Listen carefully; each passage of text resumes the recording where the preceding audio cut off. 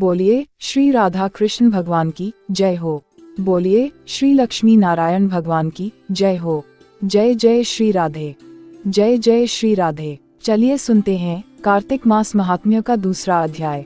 श्री सूत जी यहाँ तक की कथा सुनाने के बाद बोले, हे ऋषियों, यह तो था भगवान को प्रिय कार्तिक मास का महत्व और व्रतों का विधि विधान। अब मैं तुम्हें इस व्रत के पुण्यों का प्रभाव प्रकट करने वाली एक मधुर कथा कहता हूँ, ध्यानपूर्वक सुनो।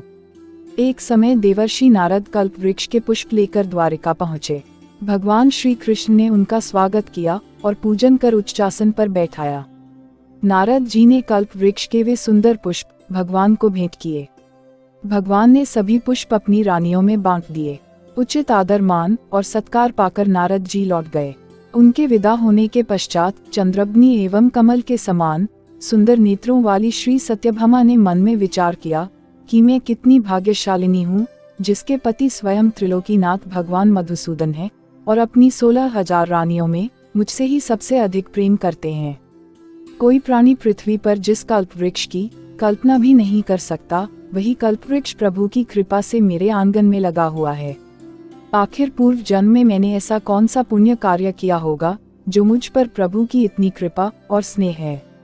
मन में ऐसा विचार कर एक दिन सत्यभामा ने भगवान श्री कृष्ण से पूछा, प्रभु, एक विचार अक्सर मेरे हृदय को मथा करता है, कृपया आप मेरी उस उत्सुकता का शमन करें, मेरी ऐसी प्रार्थना है।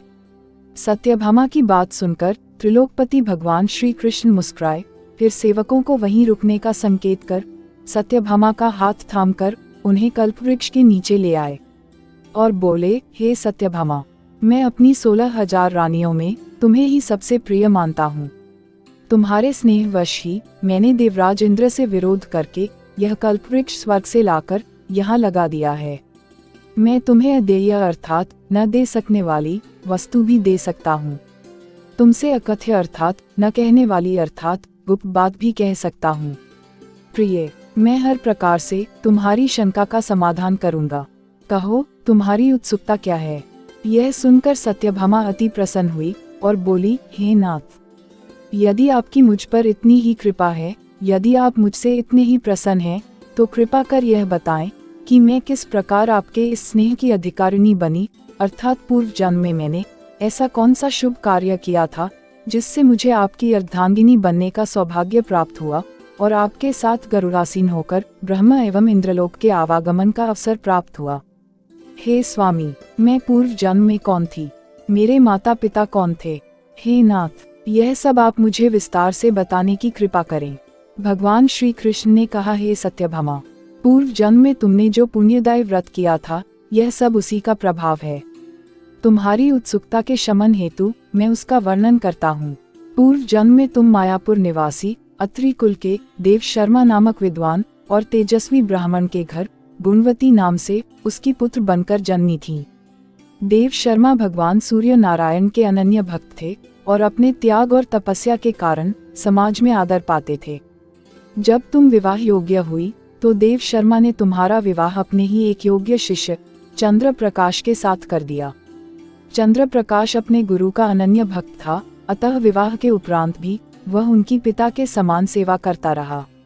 एक बार देव शर्मा चंद्र प्रकाश के साथ वन में समिधा लेने के लिए गए। वहां उन्होंने एक महाभयानक राक्षस को देखा।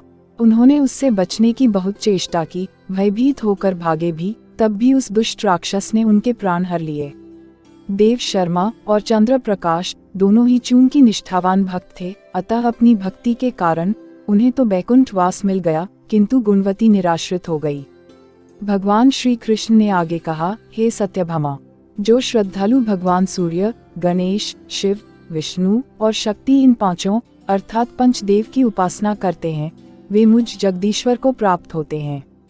मैं वस्तुतः एक ही हूँ, किंतु भिन्न भिन्न नामों से पुकारा जाता हूँ। पति और पिता की मृत्यु का समाचार पाकर गुणवती बहुत दुखी हुई और विलाप करने लगी, हे पिता, हे भर्ता, तुम मुझे किसके सहारे छोड़ गए? अब मेरा भरण पोषण करने वाला और रक्षक कौन है? अब मेरा कहाँ ठिकाना है? इस प्रकार विलाप करती वह मूर्छित होकर धरती पर गिर पड़ी। फिर जब चेतना आई तो अपने घर का सामान बेचकर उसने पिता और पति का श्राद्ध कर्म किया